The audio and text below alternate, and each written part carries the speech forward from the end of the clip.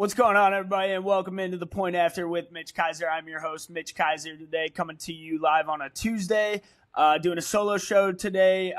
This will be the one solo show we do this week. Got the Senior Bowl going on this week down in Mobile, Alabama.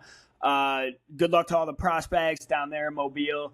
Going to be fun to watch that game on Saturday, the Senior Bowl, the Panini Senior Bowl, and see who comes out of those games as some risers with some hype going into the next round. Let's see who can build up some momentum going into the next phase of the draft process and really up their stock and really improve their draft stock. So going to have a guest on next week to talk Senior Bowl risers coming away from the game. Also, we had the Shrine Bowl going on. I believe that's today, this afternoon. So going to talk about some risers next week with a guest. For today, going to do a solo show as a way too early top 25 for college football. So we all love that time of the year, the way too early rankings for next season. Time to look ahead at next season after the previous season just wrapped up with the Indiana Hoosiers winning it all, obviously. Congrats to them one more time, and Coach Signetti on their national championship at University of Indiana. What a season. Yes, amazing season of college football. We'll get right into my way too early top 25 for next season now. Man, I wish it was already here. I wish week one was right around the corner. I would love to already be in August. That's how much I love college football around here. So, but excited to get into draft season because I do love the NFL draft. But man, the fall is just my favorite time of year with the weather, football. So it's all good stuff. So gonna miss college football, but let's examine the top 25 I've mapped out on who I think are the best 25 teams entering next season. Now this is all fluid.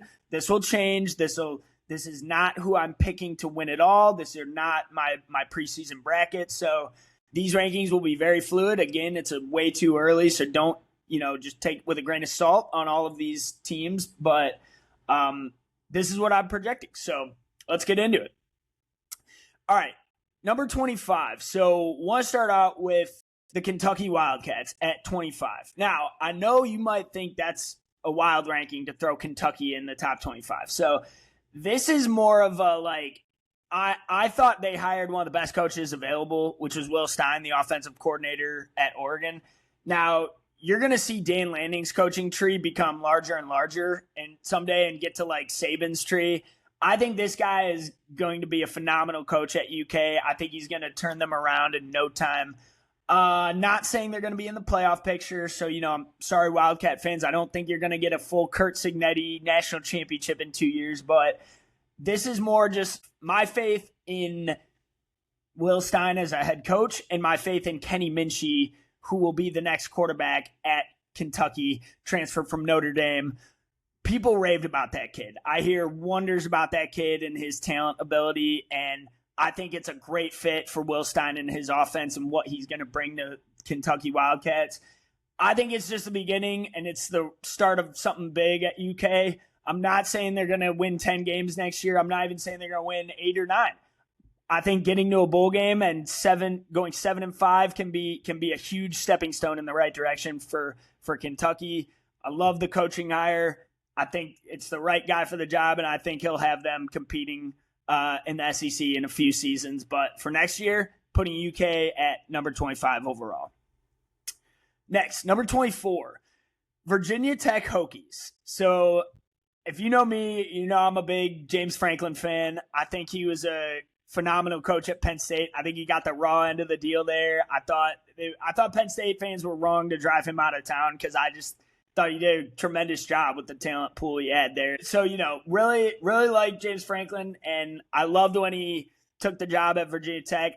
He's got an awesome recruiting class coming in. He's got an awesome transfer portal class coming in led by Bo Pribula, his old quarterback at Penn State. I love that story there, coming back to his guy, and that just shows Franklin's belief in the faith that he has in his players. So I think the sky's the limit for him and what he can accomplish in the ACC. He said he's going to win a national championship somewhere else. I'm wishing you the best to do that. I'm wishing you good luck to accomplish that, James Franklin.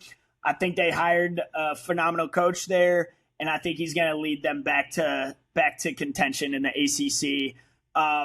Probably looking at another 8-4 season, 7-5. I don't think they'll be in the playoff picture yet, but the recruiting classes he brought in at Penn State, he can do the same thing at Virginia Tech. This guy can coach. This guy can recruit. Players love to play for him. I still think it was a mistake for Penn State driving him out of town, but we'll see where it ultimately lands for both programs in the future. I love the Virginia Tech hire there, and I'm rooting for the guy. I think it's going to be a good fit with Bo Pribula. His quarterback is back transferring from Missouri and Penn State. Lot of faith in James Franklin, what he's built at Virginia Tech. They're number 24. All right, number 23 now. Arizona Wildcats. So this was a team I picked to win the Big 12 last season. So like 2024 college football, not 2025. When they had Tet McMillan. I was all in on them winning the Big 12 that year. I thought Fafita was the guy, and they really let me down that year and went like 3-9. This season was the polar opposite. They completely flipped the script and went, I believe they won 9 games, finished like 9-3, 9-4. Noah Fafita is returning again. He was marvelous this season compared to 2024. It was wild. Like you'd think he would have been better with Tet McMillan and worse without him, but it was the opposite. So you almost wonder if he was in his head, if Noah was force feeding the ball to Tet versus like looking for his other guys or actually scanning the field and going through his proper progressions. I wonder if he was just only looking to get the ball to Tet and not focusing on any other receivers in the offense, which might have opened more things up on the field for other receivers. So was really impressed by the comeback season that Fafita had and Brett Brennan, their head coach. The Cincinnati game this season was a game where I picked Cincinnati to cruise to victory, and they blew them out. So it was just like, all right, gain some respect for my respect is back for Noah Fafita that I had in 2024 after proving me right yet again. So there you go. Arizona, I think they're going to be even better in 2026. I could see definitely another 9-3 season incoming. They took BYU to double overtime this year. So one of the only teams come close to beating BYU, lost in double overtime, but Fafita is the guy, man. He can do it. He's one of the best quarterbacks in the Big 12, returning, probably one of the best quarterbacks in the country. That's a long list right there. I know I will get into quarterback rankings later into the spring and summer, but I don't know where Fafita will fall, but I know he's high. And in the Big 12, he's probably top 3. So, all right, moving on. Number 22, Auburn Tigers. I really want to see Auburn be back in contention, man. I love when Auburn's good in the SEC. I think college football is at its best when Auburn's a contender, and I think they hired the right guy. One of the top coaches out on the market was Alex Golish, coming over from South Florida. We all know what he was able to accomplish down there in South Florida for the past few seasons with Byron Brown, who is his quarterback following him to Auburn. This guy knows how to play Alabama. I don't know if you remember a few years ago, they had Alabama on the ropes down in Tuscaloosa at their home stadium, and Byron Brown was the quarterback of the Bulls that game. They didn't end up winning. Obviously, it was one of those games where you get to the fourth quarter and then Bama scored like 25 straight points in the fourth quarter, so the final score looked a lot worse. But USF was in that game, man. Alex Golish knows how to coach against Bama, knows how to coach against SEC teams, beat Florida this season, beat Florida in week 2. Remember that. He's going to get another shot at Alabama. He's going to get a shot in the Iron Bowl, and I think they hired a phenomenal coach, and really excited for him to turn around Auburn. I think he's going to do it quicker than a lot of SEC fans might think. Okay, 21. Now, this team has a very high variance in their ceiling. Oklahoma State Cowboys checking in at 21. Now, I probably put them higher than most. I think I've seen them like cracking the top 25 on a few others. They have a chance to be either really, really good or really, really bad if the players don't translate well to Power 4. So it's basically North Texas's whole roster coming over.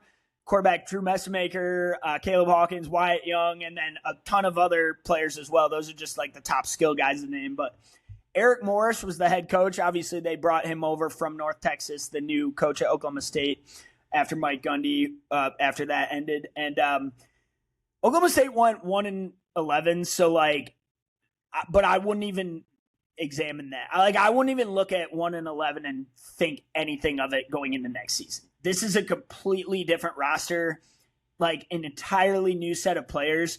Basically, it's just North Texas's team from last year. They did pretty good. They did pretty darn good. I think they finished 12-2. So if they can translate well to the Power 4 competition, that's always the biggest question. How will you How will you do going from Group of 5 comp to Power 4 comp? Players are faster, bigger, stronger, faster, better. So that's always the question. But I have a lot of belief in Drew Mestemaker. I think this kid's an absolute stud. I think he's going to be playing on Sundays someday. He's absolutely an NFL quarterback. So if this kid is the real deal and the truth, like we all believe, he could lead the Cowboys to a Big 12 title. He could win the Big 12 if he's that good. I mean, we're talking like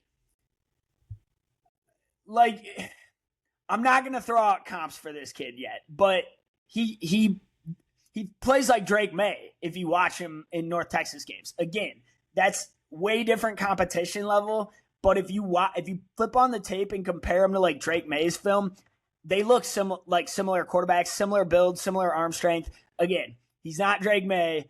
I'm probably the biggest Drake May fan you'll find, but Mestemaker has that kind of potential. So I put him at 21, the Cowboys at 21.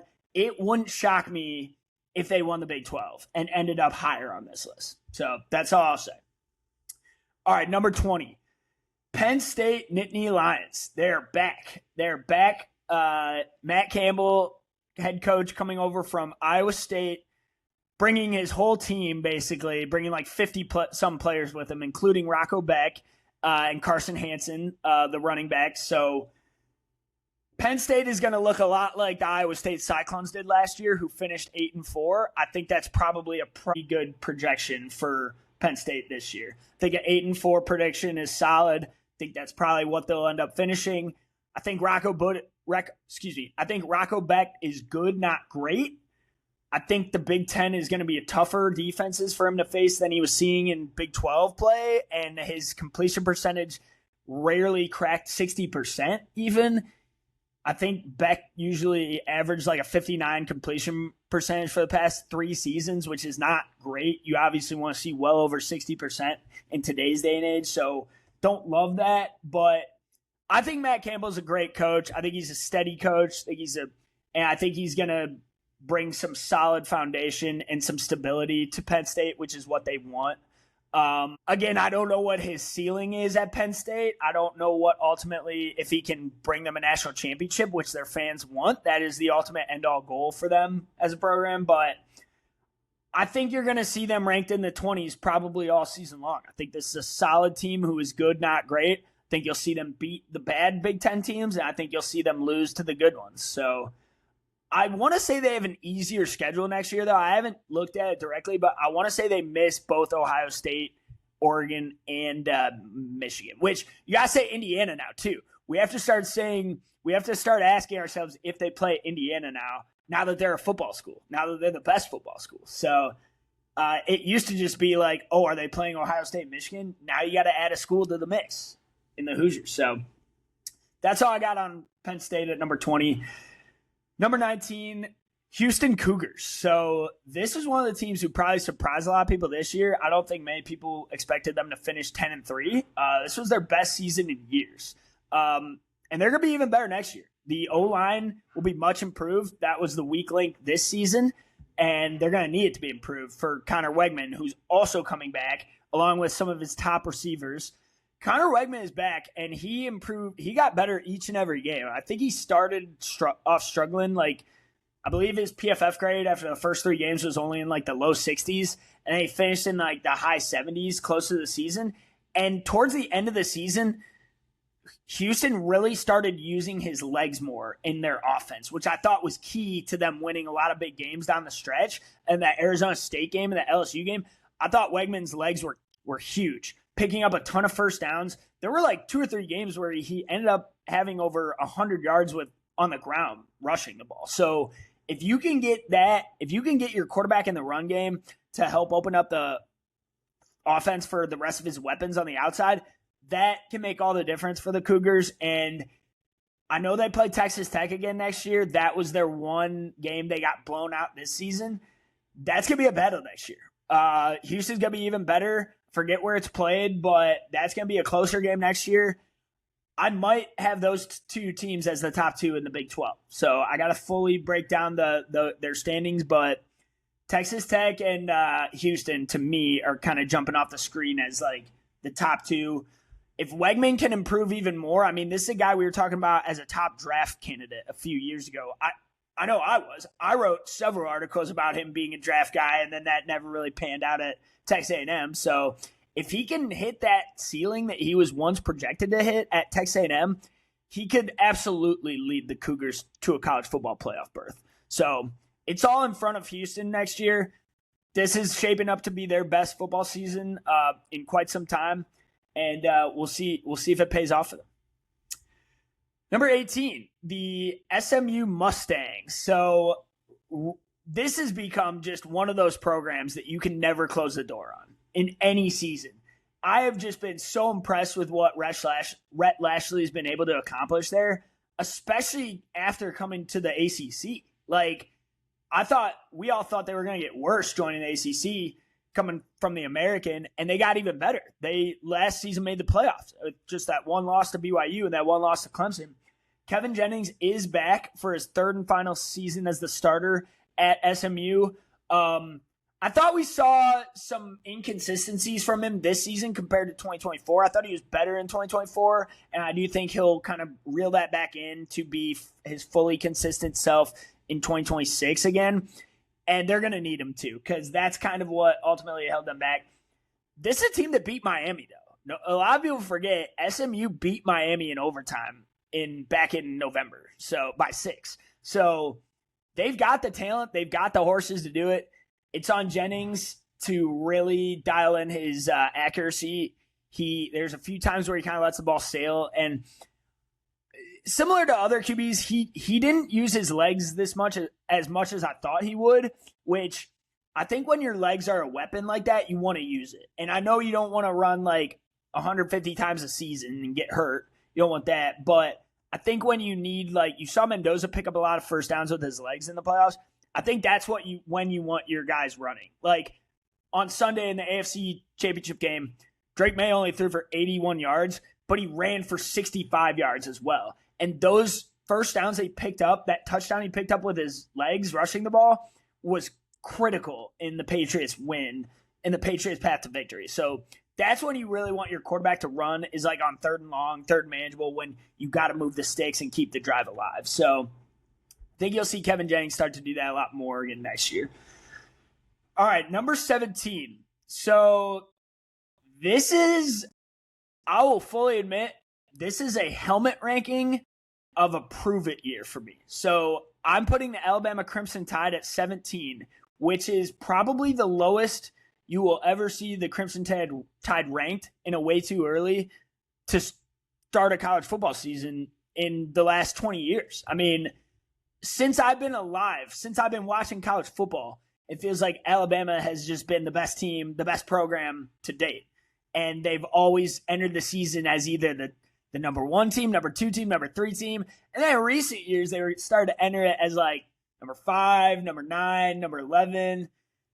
And then now this year, they're losing everybody. Ty Simpson, they had a transfer portal exodus of weapons. Defensive linemen, Isaiah Horton, wide receivers, running back Jay Miller's gone off to the NFL. Ty Simpson obviously is gone. We don't know who the quarterback is. There are a ton of question marks on this team. I can't lie to you. So this is a prove-it year for Kalen DeBoer. He got them to the playoffs. They've lost 4 games in each of his first 2 seasons, which Nick Saban had one season where they lost 4 games at Alabama. I believe it was his first ever season there. So just think about that. They never lost over more than 2 games in the rest of Nick Saban's career at Alabama. Just insane. This is a helmet ranking, 100%. I'm giving Alabama some respect here because of the program they are, but on paper and the talent I'm looking at going through their roster is not the 17th best team in the country right now. So they've got a lot of work to do. Kalen DeBoer has a lot to prove still in the SEC if he probably wants to keep his job past next season. And a lot of question marks. That's all I'll say. So the defense is going to be good again. They've got an elite secondary, Bray Hubbard, but the offense again has question marks. You need Ryan Williams to show up. He's got to prove himself as a draft-eligible candidate next season at the wide receiver position, and we'll see. But a lot of things up in the air for Bama. So I kind of just put them at 17 because I don't know what they're going to look like ultimately. And DeBoer has his work cut out for him. So that's all I'll say. Moving on to number 16, the Michigan Wolverines here, checking in at number 16. So this is about what they were at last season. I think I had them like 15th or something, so around here. So they're staying the same for me. I love the Kyle Whittingham hire. I think that's actually an underrated coaching hire that confused a lot of people. I don't think a lot of people saw that coming. Whittingham is one of the best coaches in college football in the last 20 years. His success, what he was able to accomplish at Utah is remarkable. This guy's an absolute program builder. So that was kind of my only question with the fit at Michigan is how long is he going to be there? Because he's old. I mean, I believe he's in his late 60s already. So they signed a 5-year deal with him. I don't know how many years he's planning to be at Michigan or like what he's trying to build up there, because I do think this is a guy who wants to build a program from the ground up. And not that Michigan, they won a title a few years ago. This is the winningest program in college football history. So he brought in a lot of Utah Utes, a lot of studs on the offense and defensive line, John Henry Daly being one of them. He's got a couple weapons on the outside that you can – there's stuff there with guys like Andrew Marsh. Michigan hasn't had a wideout like him in forever who's really a true difference maker, a true wide receiver one on the outside, and Andrew Marsh can absolutely be that guy for the Wolverines. We'll see if he can take another step. But I got to see more out of Bryce, man. I got to see a lot more out of Bryce Underwood. I can't sugarcoat it. I was not impressed with what I saw in year one. Obviously, you can see the promise and you see the potential. You see the body type, the NFL body, the NFL arm strength, the athleticism, the size. He looks strong in the pocket. His footwork's good. His frame is good. He's got the NFL optics, pocket presence, but just the results on the field were not what you need him to be and not where you want him to be even as a true freshman. I know he's 17 years old. I know he's got a long way to go in his development before he's entering the NFL, but this is kind of the prove it time for Bryce Underwood. He's got a lot to show this year. I believe in him. I believe he can do it, but you really need to see a lot of improvement from year one to year two with Bryce Underwood. And I think Kyle Whittingham is a good coach to help him out doing it. So, and Andrew Marsh is going to make it easier on the outside. We know their O-line and D-line is going to be stout as normal. This is kind of just a question for Michigan's ceiling. Again, this is probably a 9-3 team at worst. You probably look at them and see like their floor is probably a 9-3, 8-4. Now this is about the ceiling for Bryce Underwood. How good can this guy be? People called him Trevor Lawrence 2 years ago, so let's see it. Let's see you prove it. I'm rooting for him, and I want to see it happen up in Ann Arbor. So that's all I got on Michigan. Number 15, Ole Miss, the Ole Miss Rebels. So this is a contingency ranking here. I'm kind of waiting to see the final verdict on Trinidad Chambliss because ultimately what his case is for the NCAA, if he comes back or not, we'll decide where I finally put Ole Miss or not. Because they'll be a lot higher with him coming back. That's no secret. Like, if Chambliss gets the extra year of eligibility, I will probably pole vault them into my top 10. But right now, I'm putting them at 15 just because I don't know, and I want to see. Deuce Knight is allegedly their quarterback right now, Auburn transfer. High recruit, high potential, big project. Want to see the athleticism, want to see the arm talent there. So if he ends up being the quarterback, they'll probably fall lower in the rankings. But I have faith in Pete Golding. I have faith in the culture he has built and the program, the culture he's established there in Oxford.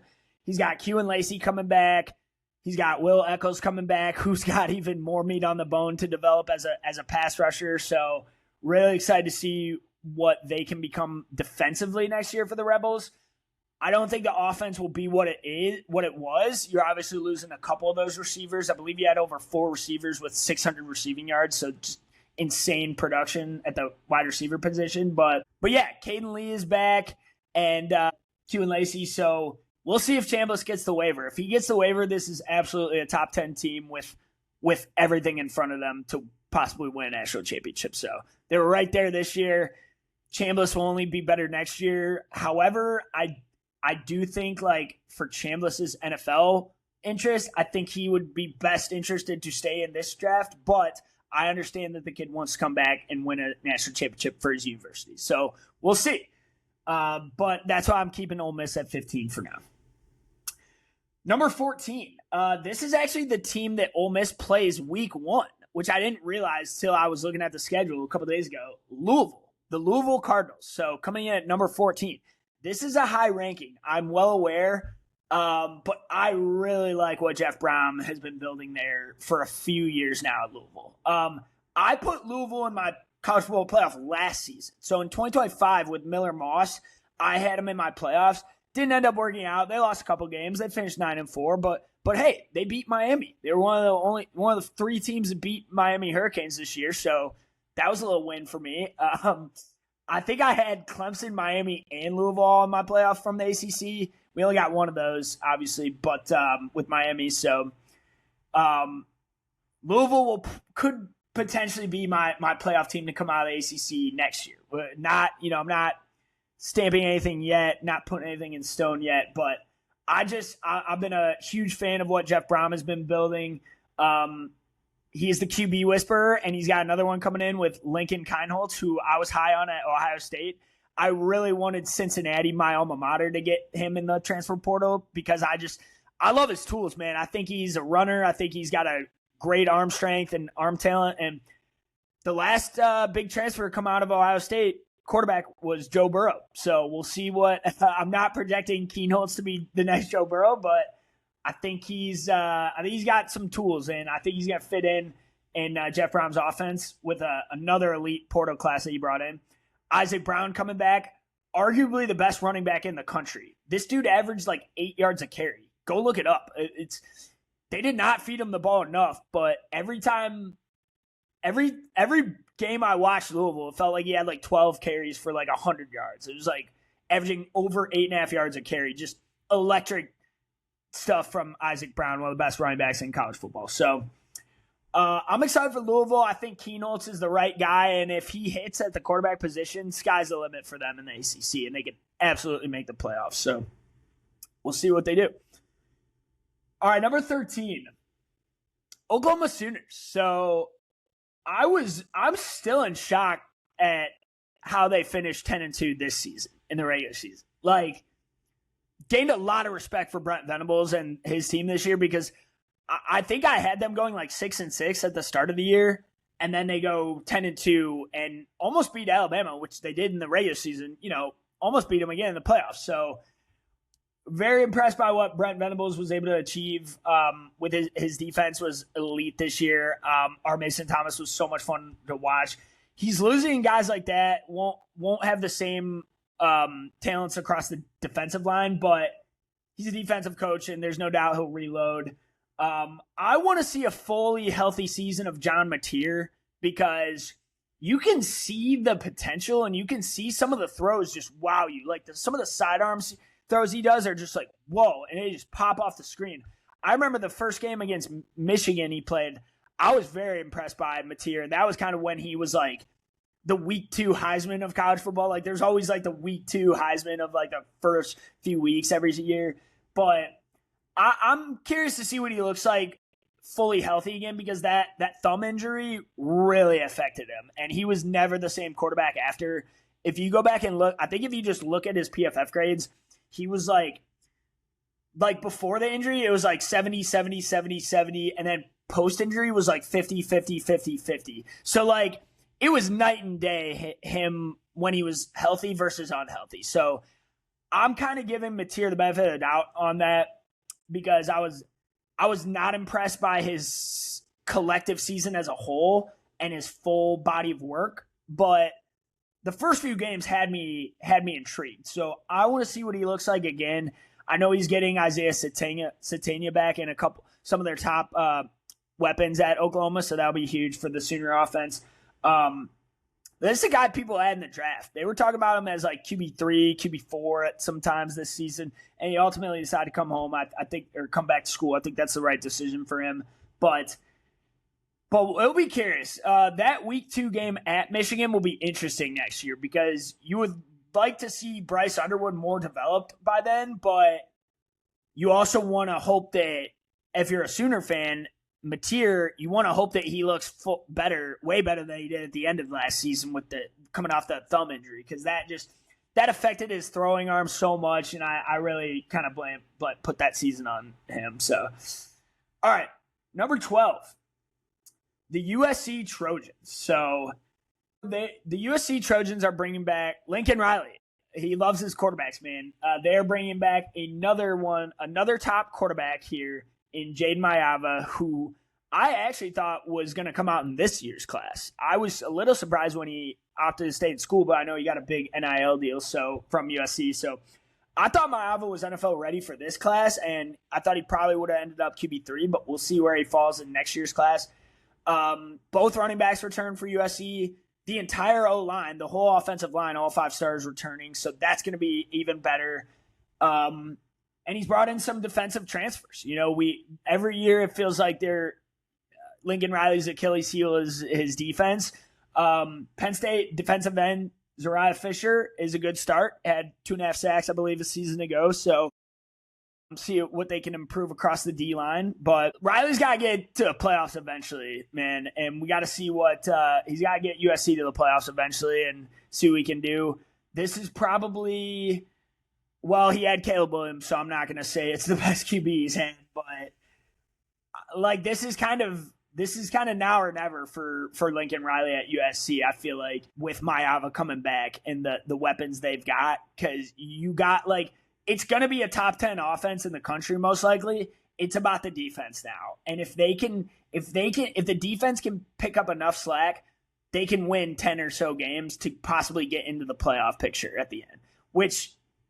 That's kind of the last thing that he's got to do at USC now. So we'll see what happens. But yeah, I really like Jaden Mayava. He kind of plays a lot like Caleb Williams and Patrick Mahomes. It's kind of funny that I named those guys. I'm not saying his potential is that. Like, he's not going to become either one of those QBs, but he's like the college version of those guys and plays similar style, off platform, out of structured throws, sidearm angles, all sorts of different arm angles to throw the ball. So that's kind of just how he looks throwing the ball compared to those guys. So, all right, moving on.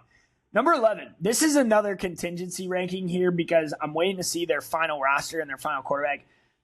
Miami Hurricanes, I'm putting it at 11 right now. Obviously, Carson Beck just graduated and headed to the NFL. Ruben Bain, Mesidor, we know they lost all the guys to the NFL on the D-line. I believe Moton is the only one coming back, so they definitely need to reload on the D-line. I have no doubt Cristobal will. That's kind of his bread and butter is the trenches, as we just saw for 4 straight games in the playoffs. So, but I'm waiting to see on Darian Mensah here. Darian Mensah is the big hot name in the transfer portal right now. The top quarterback still available from Duke. He just entered the portal from Duke, and I believe they reached a settlement today. I was on Twitter a couple hours ago. I think I saw they settled. So we'll see what happens with him. I don't love that Mensah's leaving Duke after signing a contract. I think that's a really bad look for college football altogether. But this kid is electric, man. And again, this is a quarterback I had in this year's class, and I thought should have came out because he would be my QB3. But I don't know where he'll fall next year. I think he finished 3rd in passing yards with 3,900 passing yards, 69 completion percentage, a 92 PFF passing grade. One of the best signal callers in college football. Mensah is elite, just elite arm talent. Some of the most big-time throws in the country. And he's getting back Malachi Toney to throw to if he is the Hurricanes quarterback. Malachi Toney, we all know his story, coming back for his true sophomore year. Mark Fletcher coming back for his true senior year. also opted to decline the draft and come back to school. That one surprised me a little bit with Fletcher, big, strong running back. So, yeah, I mean, Mensa could hypothetically take this team to even higher heights next season than Carson Beck did, because Mensa's a way better prospect than Beck will be at the time. You know, Mensa's arm talent compared to Beck is night and day. I mean, Beck is like the underneath, accurate, high IQ processor. Mensa is like the gunslinger, elite traits, physical specimen, just let the ball rip kind of guy. So the new heights that he could potentially take this team to would have to be the national championship, because that's the only higher game winning the national championship that would be. So because you got to the final game and you were one drive away, 40 yards away, a Carson Beck interception away from winning a title. So we'll see if Mensa can finish the job, I guess, for Miami. So, all right, top 10, the moment we've all been waiting for. My top 10 teams, my way too early top 10 teams entering college football next season. So checking in at number 10, the Texas A&M Aggies. I love Mike Elko. I've gone all the way back to Duke. Been a huge fan of him as a coach, just an elite defensive-minded coach. Another year in his system will be huge down in Texas for the Aggies. Marcel Reed is back, can develop even more. I think you saw the growing pains for him and kind of what ultimately held him back this year, some of the turnover-worthy plays. But the weapons he had on the outside were just incredible, man. And he's got Craver coming back. Mario Craver is the one. He lost KC Concepcion.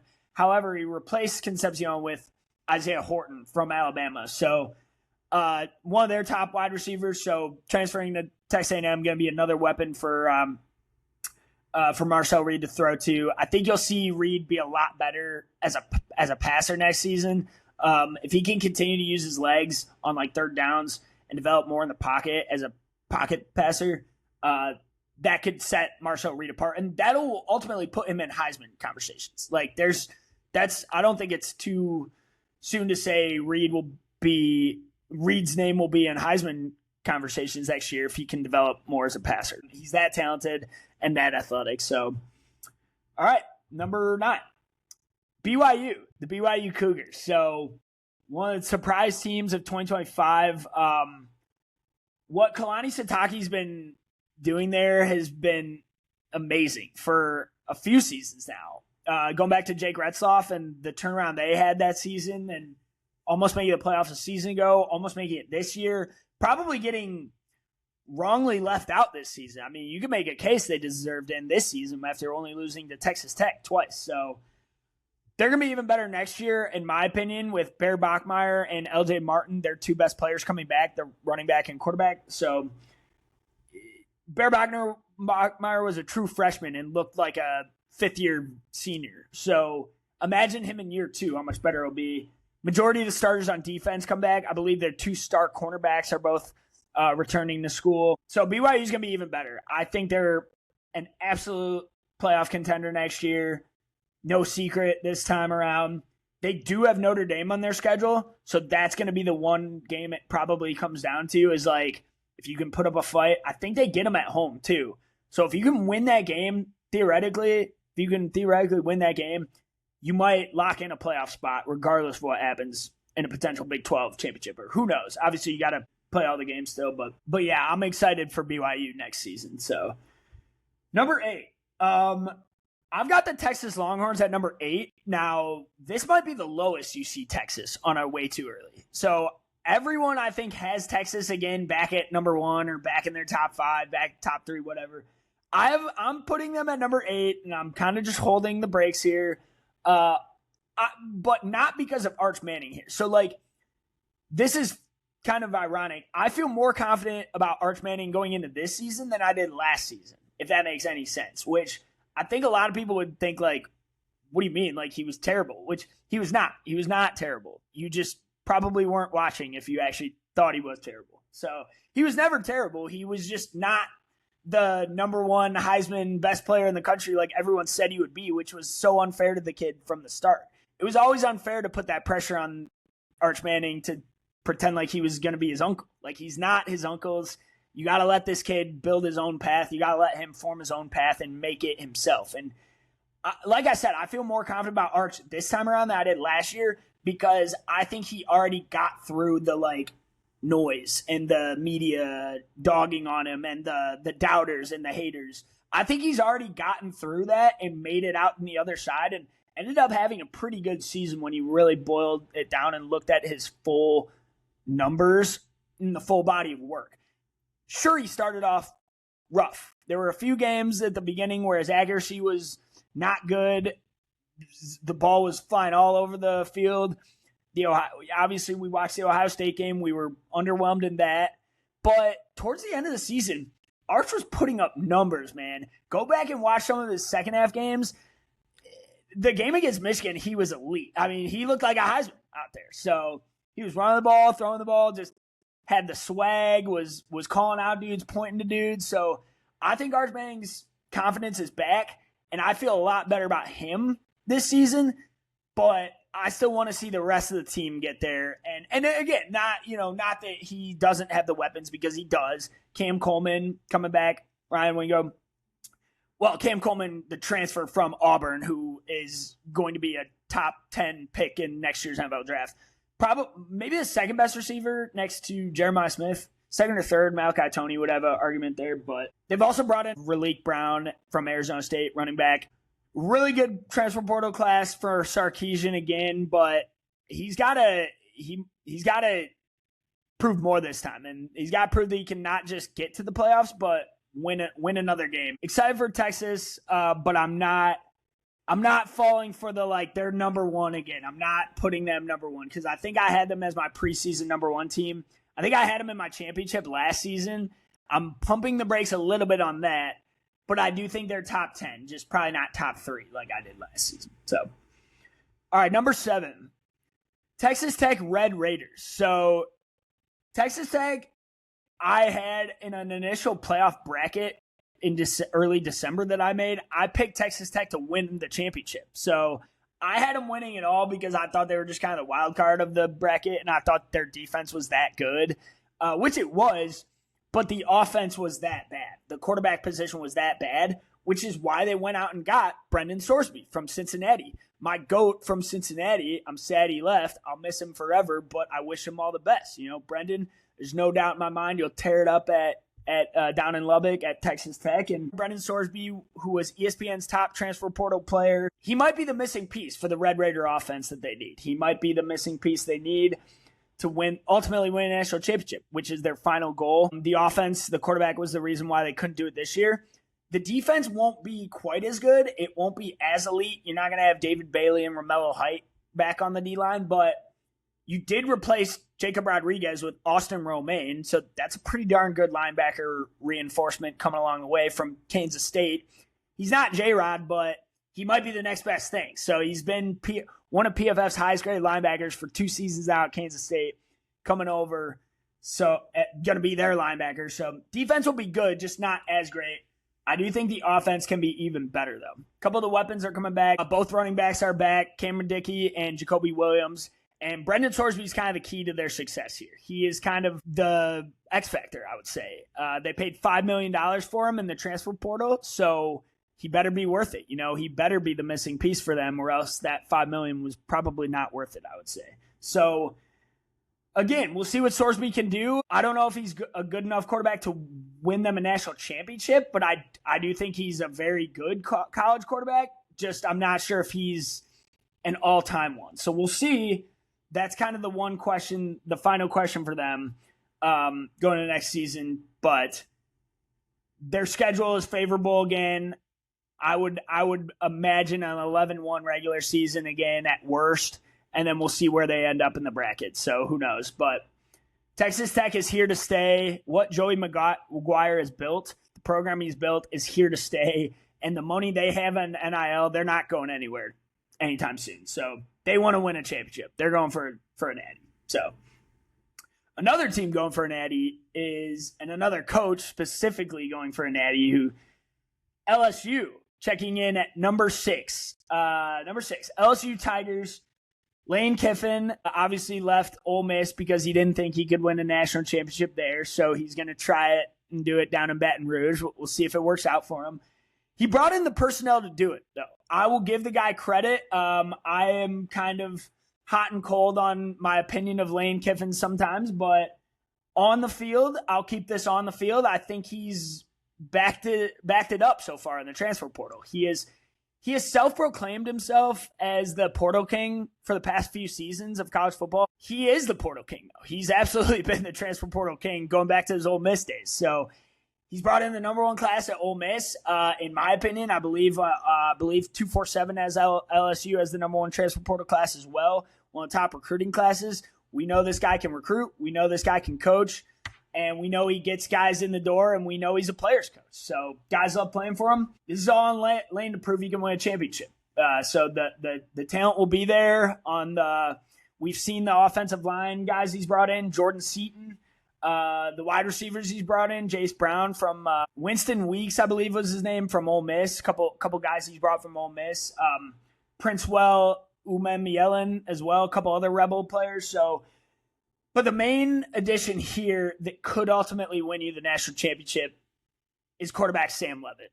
My number one quarterback in the transfer portal, my QB1 for next season. I'm gonna say that right now. He is my favorite quarterback entering next season in all of college football. I think this guy is lethal. I think the tools this guy has are ridiculous, and I think he's going to be lethal in the NFL someday. And I think if Lane Kiffin can get him right, can hone in his skills, because there's a lot of plays where you'll see Leavitt like kind of gunslinger mentality and overthrow a guy and then use right to a DB, which when you're breaking down coverages at the next level in the NFL, all the DBs are that good. So they're all just there. They're all more athletic. They're all faster. They all can catch better. So like he's going to have to speed up his processing too. But the physical tools that Leavitt possesses, I have not seen another quarterback better, in my opinion. I have not seen a quarterback that can throw the ball like he can, that can run the ball like he can. He is a horse when he takes off and runs, can just truck dudes, can jump over dudes, can spin and move around dudes. And the arm angles, this guy can contort his body and throw the ball. It's all of the out of structure, like Johnny Manziel stuff you used to see in college football.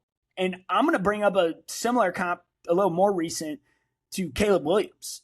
I think Sam Leavitt has Caleb Williams type of tools and Caleb Williams type of potential at the next level. So that may end up being my final NFL comp for Leavitt.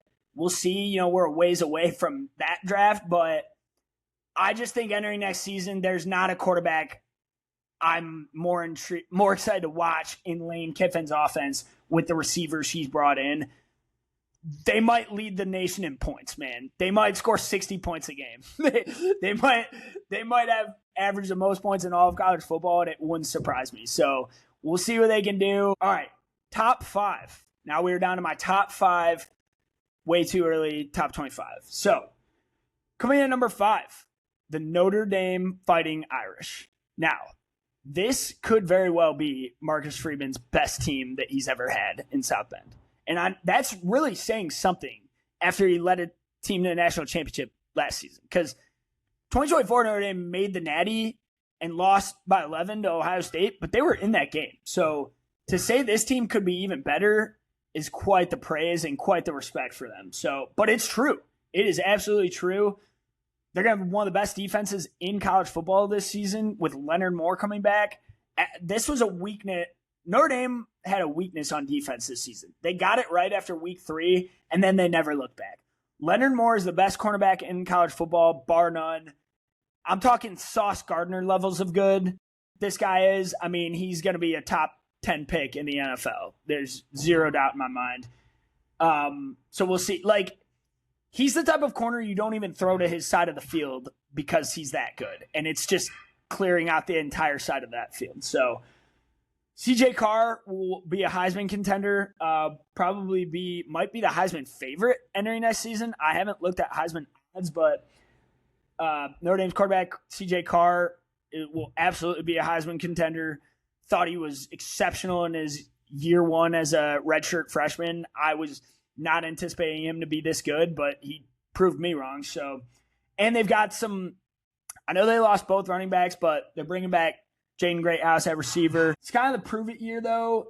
As Marcus Freeman said, this is kind of the leave no doubt year. They have to prove it. You cannot lose more than one game. As you know, I thought the committee did the right thing by leaving them out last season. I just want that to be known after losing 2 games. That's all you get this year. You get 1 loss, and I think they know the task at hand. I think Notre Dame's aware of the mission now at this point. And on their schedule is even better next season. They play both BYU and Miami again. So Miami they get at home this time around. I do think they will be favored in that game this time around. At BYU on the road, I'm not sure on that one. So those games are questionable for sure. Every other game on their schedule, they'll be heavily favored, I imagine. But this is the prove it year for Marcus Freeman and the leave no doubt season because this is the most talent they've ever had in South Bend. All right, number 4, Georgia Bulldogs. Coming in at number 4 is Georgia. I am still shocked that Georgia lost that game to Ole Miss. I'm still in shock about it. I got to be honest. That was a bad loss for Kirby Smart. That was a really bad loss for Georgia. They're going to be even better. The defense is going to be a lot better. This was not a good defense by Georgia standards. Kirby Smart will be the first to admit that. It's bringing back a whole lot of talent on both sides of the ball. Gunnar Stockton is back, quarterback. Did not see him being this good. 81 PFF grade, tough as nails, very good runner of the football, trucks dudes in the run game, not afraid to put his body on the line. Love that about him.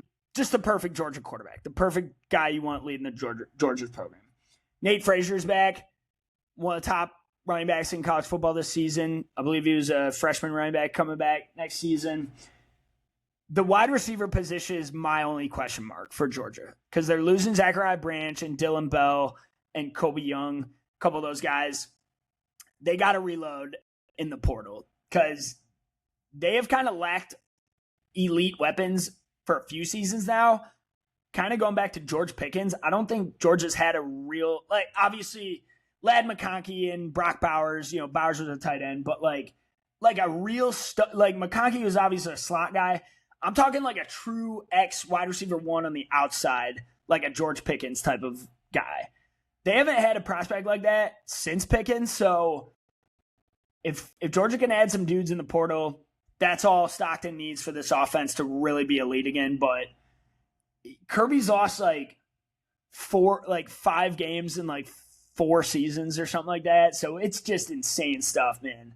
Like the type of success and how hard it is to beat Kirby Smart in a full 60-minute football game, like, is insane. It took everything Ole Miss had twice to do it. And I don't think Kirby has lost a non-SEC game in like over 6 seasons or something like that. He lost the Notre Dame playoff game, but that was obviously with Carson Beck getting injured. So just tons of respect for Kirby and can't say enough about the Georgia program. So, yeah, they're my highest SEC team though. So final 3, top 3. Now we've got 3 Big Ten teams. So I don't think SEC fans will love seeing that, but hey, the last 3 champions are all Big Ten. So as a Midwest guy, I gotta say that the Midwest runs college football right now. So until proven otherwise. So we'll see. Checking in number 3, not a Midwest team, but still a Big Ten team, Oregon Ducks. Oregon is my number 3 ranked team in the way too early. Dante Moore coming back was huge. Obviously, that was kind of the surprising decision that nobody really saw coming. We all kind of penciled him in as QB2 for the Jets. That's probably why he didn't want to go pro ultimately. But Moore coming back was huge.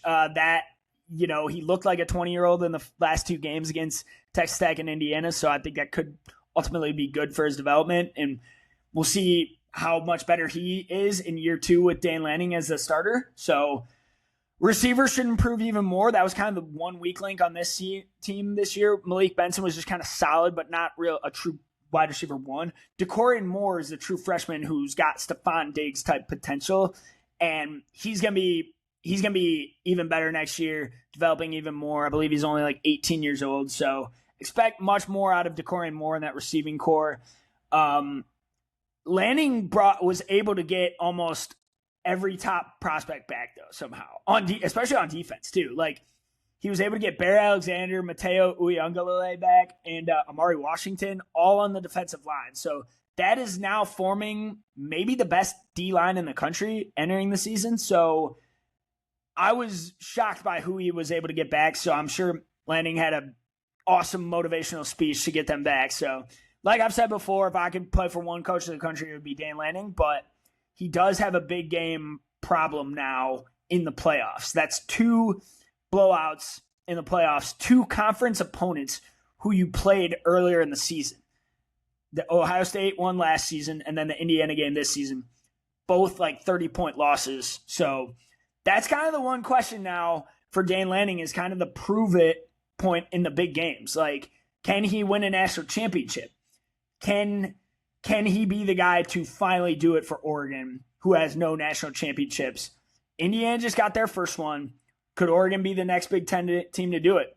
We'll see. Next season, I think, is their best team they've had in Eugene since Dan Lanning has gotten there. So we'll see what Dante Moore can pull off.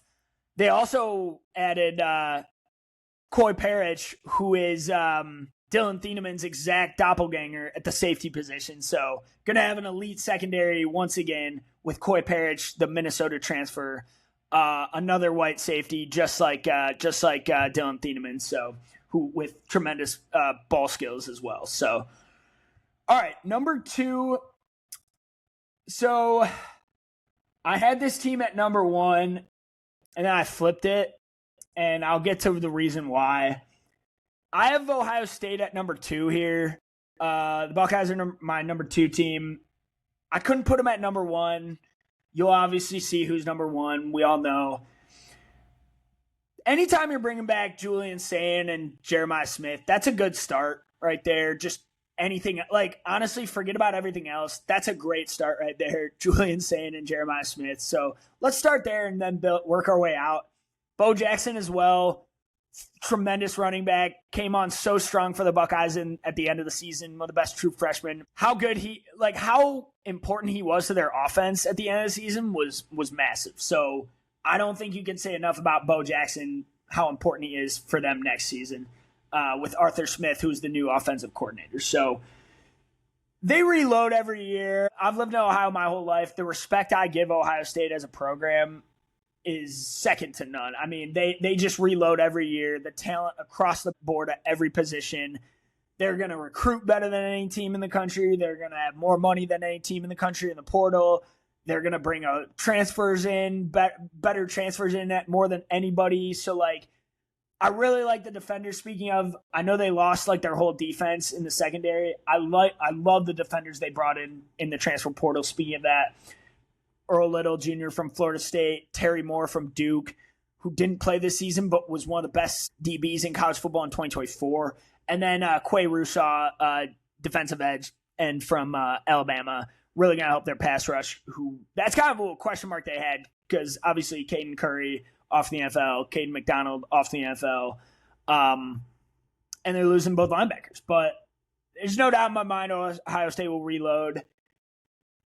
I felt like they lost more last season, and their defense was even better this season. So it's kind of remarkable what they're able to reload every year, and what Ryan Day has been able to do. Julian Sayin is maybe the number 1 pick in next year's draft.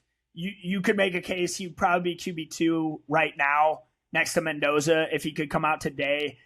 The Miami game concerned me a little bit. I do want to see him show up more in big games. I thought each big game they played this season, he kind of left a lot to be desired. So you kind of want to see him in the pocket, staying stronger in the pocket. I know he's undersized, but I was just a little concerned by his pocket presence and his mobility against Miami, who is an absolute NFL front 7. So that's my only question with Julian Sayin is kind of if he can take that next step and really look his best against the elite of the elite teams. Because against the bad Big Ten teams, he had like 4 incompletions all season, it felt like. So he was dominant.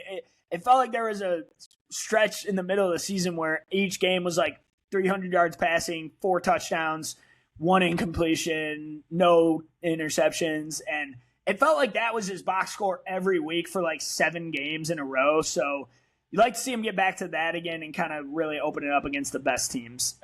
So they're going to Texas week 2 next year. So I have a feeling we're going to see a lot more points in that game than we did in last year's OSU Texas game, which was 14-7. So I imagine both Sand and Arch will be more ready to go in next year's game than they were last year's game. So that's all I got on Ohio State. Again, talent-wise, they're arguably the number 1 team in the country every single season. So if you put them at 1, I'm not going to argue with you. If you put them at 5, I'm not going to argue with you.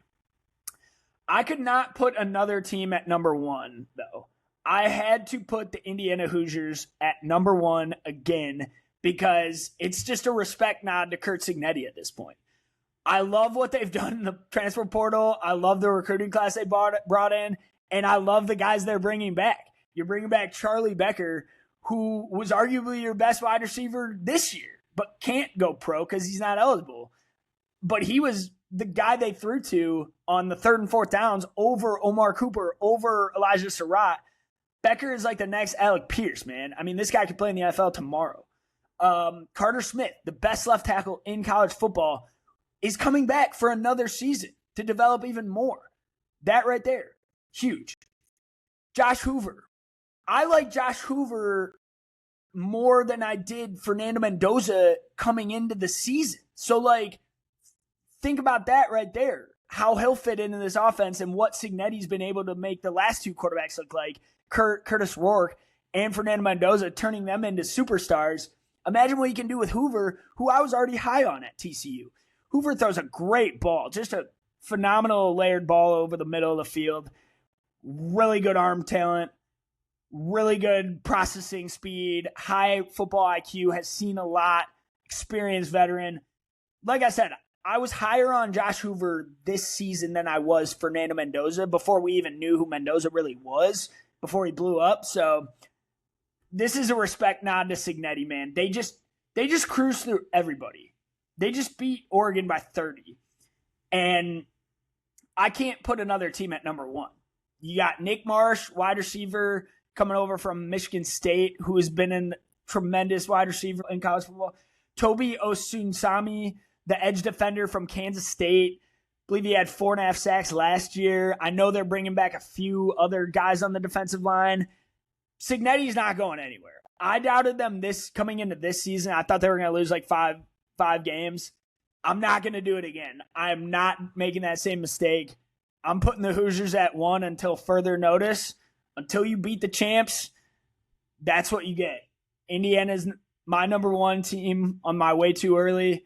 Again, I'm not going to fight you if you throw them at 7 or 8 or 2 or 3, whatever. I'm not even saying this is going to be my ranking going into the season in a few months. I could change this ranking in a few weeks, but for now, I can't put another team at number 1. I was so impressed with what they did and what Cignetti has built, the juggernaut, and they're not going anywhere. So, like I said, Indiana, you're number 1. This can be fluid, though. I'm not saying I'm going to pick them to repeat as national champs. I think repeating is a lot harder to do than people realize. And they might be the best team in the country next year and still not repeat. Not always does the best team win, so you never know. But for now, Indiana is my number 1 ranked team going into next year. All right, that's all I got for you guys again today. I will show the top 25 here on the camera so you guys can see it, and I'll kind of recap it for you. But that's all I got for you guys today. Just wanted to give you my way too early top 25. Again, good luck to all the prospects down in Mobile, Alabama this week at the Senior Bowl and the Shrine Bowl over in Texas. Wishing all the best to the prospects. Going to get a guest on next week to review the Senior Bowl and recap the risers from those games. So that's all I got for you guys today. Make sure you like, comment, and subscribe to The Point After with Mitch Kaiser. I am Mitch Kaiser, and hope you guys have a great rest of your day.